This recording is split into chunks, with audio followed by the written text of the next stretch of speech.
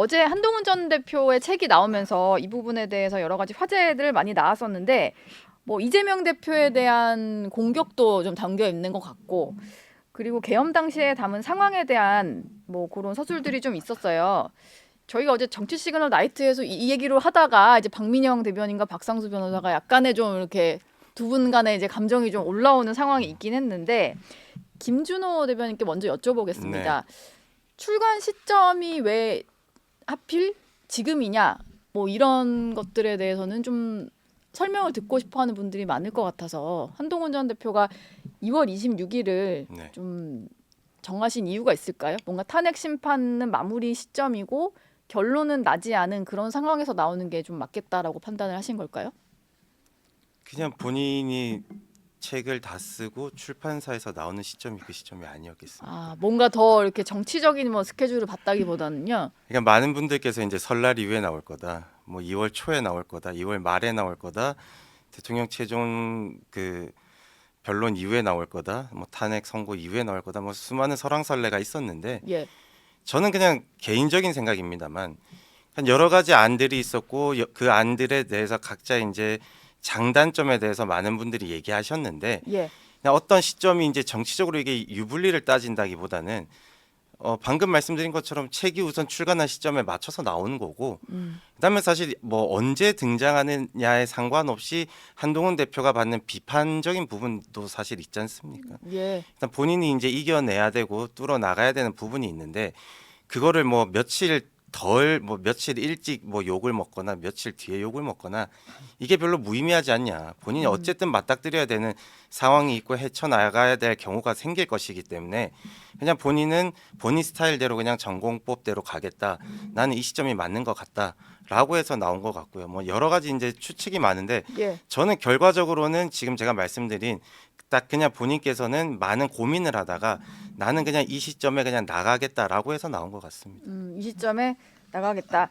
책 중에 보면 한동훈 전 대표가 이제 대표직에서 물러나기 전에 어떤 상황들에 대해서 약간은 그때 내가 좀 잘못했다거나 좀 후회한다거나 뭐 이런 식의 표현도 있는 것 같아요. 특히 의총장에서 대통령의 어떤 담화가 내란 자백이다라고 했다가 그 의원들과 공개적으로 설전을 벌인 일이 있었잖아요. 그거에 대해서는 그때 내가 성급했다 이런 식의 고백을 좀 했더라고요.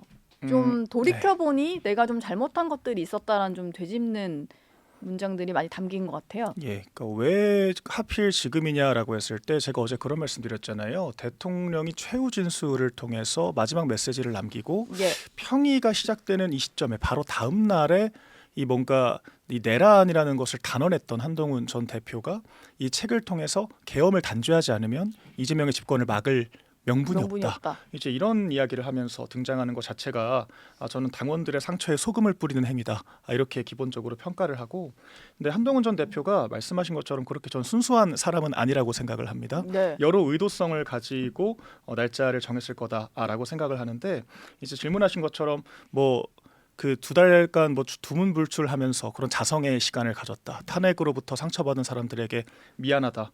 저는 솔직히 이런 말 못 믿겠습니다. 왜냐하면 한동훈 전 대표와 윤 대통령의 관계는 이미 작년 1월부터 끝났거든요. 예. 제가 그렇게 단언을 드릴 수 있는데 비상계엄 때문이 아니고 작년 1월부터 이미 비대위원장 시절 때 끝났고요. 그때 그 김건희 여사 문자에 대해서도 윤 대통령이 모르게 김건희 여사가 중재를 하려고 했던 건데 5건이나 소위 일십을 했다라고 해서 예. 제가 참 말씀드리기 좀 그렇습니다만 그 여사님이 심각한 무력증에 빠지고 병적으로 안 좋은 그런 뭐 상황이었다, 이어지는 상황이었기 때문에 봉합이 안 되는 상황이었거든요. 근데 네. 제가 그 상황에 대해서 뭐 탓하고 싶은 게 아닙니다. 그런데 전당대회에 출마를 하시면서 예. 윤석열 대통령이 나에게 격려를 해줬다, 이런 언론 플레이를 하시더라고요.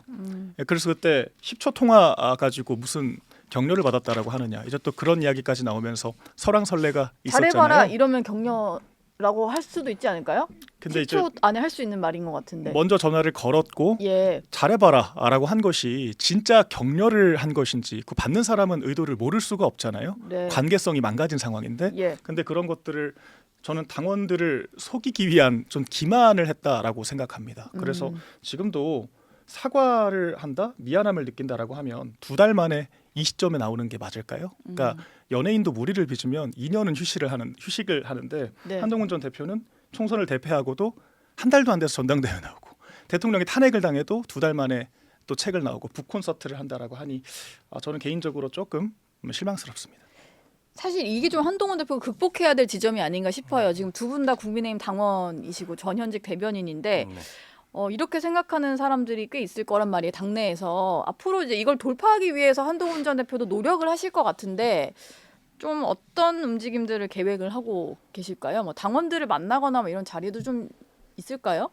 우선 뭐 언론에 알려진 바에 따르면 이제 북 콘서트를 진행하실 거고 이제 예. 뭐 전국을 다니면서 수많은 이제 유권자들, 당원들, 국민들 이제 만나면서 스킨십도 하실 거고 그다음에 이제 당원들이 가지고 있는 그 마음의 상처라는 게 사실 탄핵이라는 거지 않습니까? 예. 2016년도 이제 박근혜 대통령 탄핵을 기점으로 해가지고 저희 당은 분당도 겪었고 힘들게 뭐 수많은 일을 겪어오면서 윤석열 대통령을 탄생시켰고 그게 이제 봉합이 됐다라고 생각했는데 이번 계엄 사태를 겪으면서 또 다시 이제 탄핵 국면에 빠졌는데 박민영 대변인께서 좋은 말씀 많이 해주셨는데 저는 만약에 대표가 이 방송을 본다면은 본인이 만약에 새겨드려야 될 부분이 있다면은 좀 새겨듣고 그거에 대한 뭐 성찰이 좀 더 있으면 좋을 것 같습니다. 다만 이제 뭐 시간을 거슬러 올라가면은 김건희 여사께서 이제 문자를 몇 차례 보내셨고 예. 대표께서 이제 답장을 안 보내셨기 때문에 문자 일십으로 인해서 뭐 마음에 병이 드셨다고 했는데 저희가 세상 살아가면서 문자 내가 보냈는데 몇 번 씹혔다라고 해서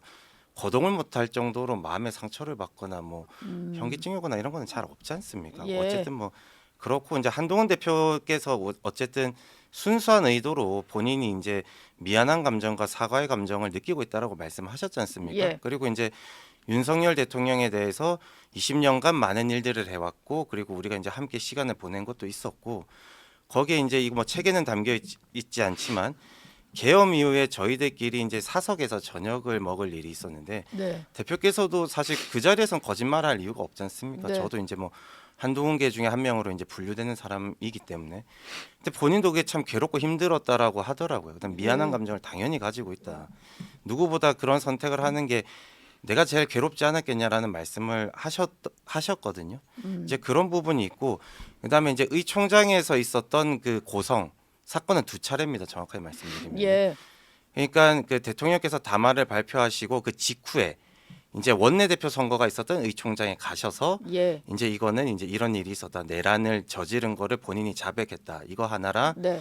탄핵 표결이 있었고 이제 탄핵이 통과가 된 다음에 다음에 의총장에 가서 이제 물병을 집어던진 그 경우가 있었는데 그 2차례 뭐 경우를 다 떠나서 대표는 이제 본인의 표현이 조금 과한 부분이 없지 않아 있지 않았다라고 생각하고 있다. 본인이 앞으로 정치를 하게 된다면은 품고 안고 함께 가겠다. 그런 부분까지 다 미안한 감정을 가지고 있다라고 했기 때문에 예. 그거에 대해서 저희를 의심한다는 것 자체가 너무 이제 정치권에 있다 보니 이재명 대표 같은 사람들을 많이 겪으니까 입만 열면 거짓말하는 사람 많지 않습니까? 예. 그러니까 너무 그렇게 곡하게 듣진 않았으면 좋을 것 같습니다. 사실 책이라고 하는 게 예. 발언보다는 책에 남으면은 본인의 자서전이기 때문에 영원히 가는 거지 않습니까? 네. 굳이 거짓말할 이유가 없다는 거죠. 예. 네. 뭐 설명해 주셨고 네. 이게 좀 시간이 지나면서 어떤 평가들이 좀 나올 것 같습니다. 네, 네. 뭐 한동훈 전 대표의 책에 담긴 것 중에 그럼 이재명 대표 얘기로 좀 넘어가 볼게요. 네. 이재명 같은 사람이 대통령이 되면은 본인의 유죄 판결을 막으려고 몇 번이고 계엄을 할 수 있다. 뭐 계엄 또는 뭐 처벌 규정 개정 같은 걸 할 수 있다. 이런 표현을 썼는데 그러면서 표현한 게 이재명의 일상 계엄 이런 말을 썼어요. 네. 근데 저는 보면서 뭐 물론 이제 당원들에 대한 한동훈 전 대표의 평가는 다를 수 네. 있겠습니다만 이재명 민주당 대표 비판하는 것만은 참 잘한다는 생각이 들었는데 어떻게 네. 보셨어요? 이 표현은? 네, 제가 아까 조금 부적절하다라는 해석이 하나만 있어서 말씀드리면 예. 문자 몇 번 씹힌 게 그렇게까지 상처가 될 수 있나라는 거는 저는 적절한 발언 아닌 것 같습니다. 왜냐하면 일화가 단순- 더 있나요? 그거 외에? 단순히 문자만 씹힌 게 아니라 20년의 인연을 야당의 주장에 편승해서 특검을 통과시킬 수도 있다라고 이야기를 하고 최측근이 마리 앙투아네트라는 표현까지 동원을 해가면서 사실 이 대국민적으로 전 효수를 했다라고 생각을 하거든요. 예. 그러니까 저는 이건 절대 가볍게 볼 문제는 아니고 제가 이런 말씀까지 드리는 게 맞는지 모르겠지만 네. 정말 그 작년 말쯤에는 대통령께서 아침에 이 사람이 여사가 죽었는지 살았는지 확인하고 나온다.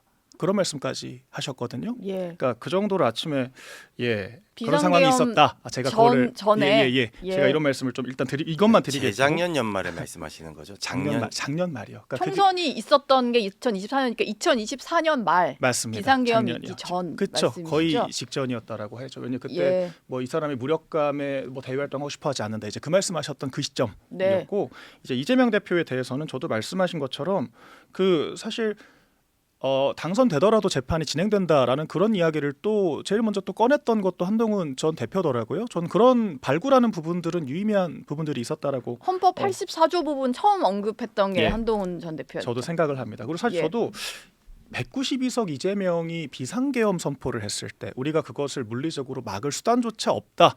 이제 이런 부분들은 적극적으로 어필을 해야 한다라고 생각을 하거든요. 그런데 사실 지금 저희 당이 그런 평가들을 좀 받습니다. 왜 이재명 대표에 비해서 이렇게 미온적이냐 하는 게 없냐. 그런데 이거는 전 좀 그렇게 봐요. 이재명 대표가 사실 좀 반칙을 쓰는 거예요. 원래 당 대표가 선수를 겸할 수가 없거든요. 네. 근데 지금 일극 체제를 당규를 바꿔가면서까지 무리하게 만들어서 심판과 선수를 겸하고 있기 때문에 지금 사실상 대선 국면처럼 공약을 막 만들고 할 수 있지만 저희는 심판만 있지 선수가 없습니다. 당 지도부 중에는 그렇죠. 이번에 대선에 나가실 네. 분은 뭐 없는 거니까. 그러니까 두 권 대표께서 갑자기 막 공약 발표를 하고 정책 이야기를 하는 것도 조금 어색하기는 하거든요. 네. 사실 뭐 권한대행 체제이기는 하지만 지금 최상목 권한대행 중심으로 해서 윤석열 정권의 국정과제가 수행이 되고 있는 상황이기 때문에 저희가 대선을 전제하고 공약을 만드는 것 자체가 이상하죠. 예. 그리고 뭔가 여당인데. 그렇죠. 그리고 네. 한편으로는 이재명 대표에 대해서 또 강력하게 비판을 하니까 왜 이재명 대표만 비판을 하냐.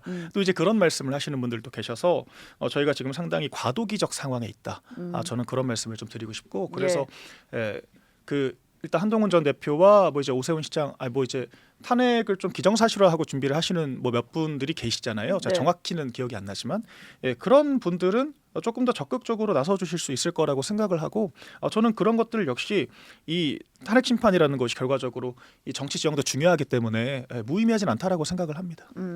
어제 그 이재명 대표가 한동훈 전 대표의 이 계엄할 수 있다. 이재명은 일상 계엄을 한 사람이다. 이 표현에 대해서 반박을 하면서 네. 이게 또 약간의 그 민주당과 한동훈 전 대표 측의 설전으로 좀 이어졌는데 네. 뭐 개눈엔 뭐만 보인다 이런 표현을 굳이 썼더라고요. 네네. 한동훈 전 대표도 거기에 반박을 하셨고 일단 이재명 대표가 반응을 보이면서 한 전 대표가 오히려 이제 빠르게 정치로 복귀하는 정치적 메시지를 낼 수 있는 공간이 열렸다는 생각도 좀 들었는데 그렇죠. 앞으로도 계속 이재명 대표를 향한 뭐 메시지들이 좀 나올 수 있을까요? 사실 국민 대다수 포함해서 국민의힘 당원 거의 전체가 어떻게 이재명을 어떻게 할 수 없냐 이제 이런 거에 대한 분통을 많이 터뜨리지 않습니까? 예. 그러니까 이재명 잡는 칼 중에 제일 잘 드는 칼은 이제 한동훈이라는 칼이라는 게 이제 어떻게 보면은 확인이 된 거고, 그다음 이재명 대표 포함해가지고 민주당이 이제 속된 말로 발작 버튼을 누른 거지 않습니까? 그거에 대해서 이제 한동훈 대표에게 이제 총 공세를 퍼붓고 있는데 한동훈 대표는 그거에 대해서 잘 인지하고 있는 거죠. 예. 그러니까 본인이 어떤 역할을 하기 위해서 정치를 하고 있는 것이고 당원들에게도 본인이 지금 뭐 여러 가지 비판을 받고 있지만 결국 한동훈이라는 사람이 제일 잘하는 거 그리고 민주당이 제일 싫어하고 불쾌하는 게 누구냐 그다음 이재명 대표가 제일 두려워하는 사람이 누구냐 한동훈 대표밖에 없다라는 거를 민주당 측에서도 어떻게 보면 한동훈 대표를 전략적으로 공격을 해서 정치권으로 끌어다닌 것도 있을 수 있겠지만 한편으로는 민주당 입장에서는 한동훈 대표를 초기에 눌러놔야 이제 다른 후보가 나왔을 때 본인들이 수월할 수 있다라고 이제 판단하는 부분이 있을 수도 있고요. 그러니까 민주당 입장에서도 이유 없이 그렇게 바로 대응을 한 게 아니기 때문에 저는 뭐 여러 가지 전략적 판단을 하고 있지 않나라고 생각하고 있습니다.